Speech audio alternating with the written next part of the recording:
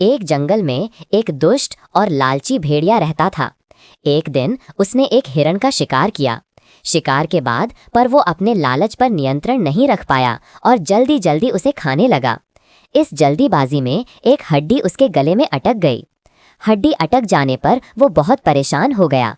अब उससे न कुछ खाते बन रहा था न ही पीते। उसने बहुत कोशिश की कि किसी तरह हड्डी उसके गले से निकल जाए, लेकिन सारी कोशिश बेकार गई। अंत में उसने किसी से सहायता लेने का विचार किया। वो सोचने लगा कि ऐसा कौन है जो उसके गले से हड्डी का टुकड़ा निकाल सकता है। कुछ देर सोचने पर उसे सारस का ध्यान आया। सारस की लंबी गर्दन और चोंच थी। वो उसके मुंह में अपनी चोंच घुसाकर आसानी से हड्डी निकाल सकता था।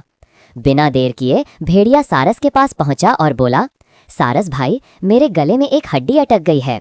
क्या तुम अपनी चोंच से वो हड्डी निकाल दोगे? मैं तुम्हारा बहुत एहसानमंद रहूंगा और तुम्हें उचित इनाम भी दूंगा।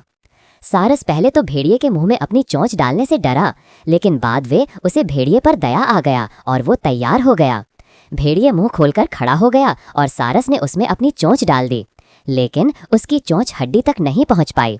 तब उसे अपनी आधी गर्दन भी भेड़िए के मुंह में घुसानी पड़ी। सारस की गर्दन मुंह में जाते ही लालची भेड़िए के मन में लालच जागने लगा। उस सोचने लगा कि यदि मैं इसकी लजीज गर्दन को चबा पाता तो मजा आ जाता, लेकिन उस समय उसे अपने गले में फंसी हड्डी निकलवानी थी, इसलिए वो मन मारकर रह गया। कुछ ही देर में सारस ने उसके गले से हड्डी निकाल दी। हड्डी निकलते ही भेड़िया जाने लगा। न उसने सारस को धन्यवाद दिया न ही इनाम। सारस ने उसे रोक कर कहा, मेरा इनाम कहाँ है? तुमने कहा था कि तुम इस काम के बदले मुझे इनाम दोगे। भेड़िया बोला, एक भेड़िए के मुंह में अपनी गर्दन डालकर भी तुम सही सलामत हो, क्या यही तुम्हारा इनाम नहीं है? इतना कहकर भेड़िया चला गया और सारस मुंह लटकाकर खड़ा रह गया।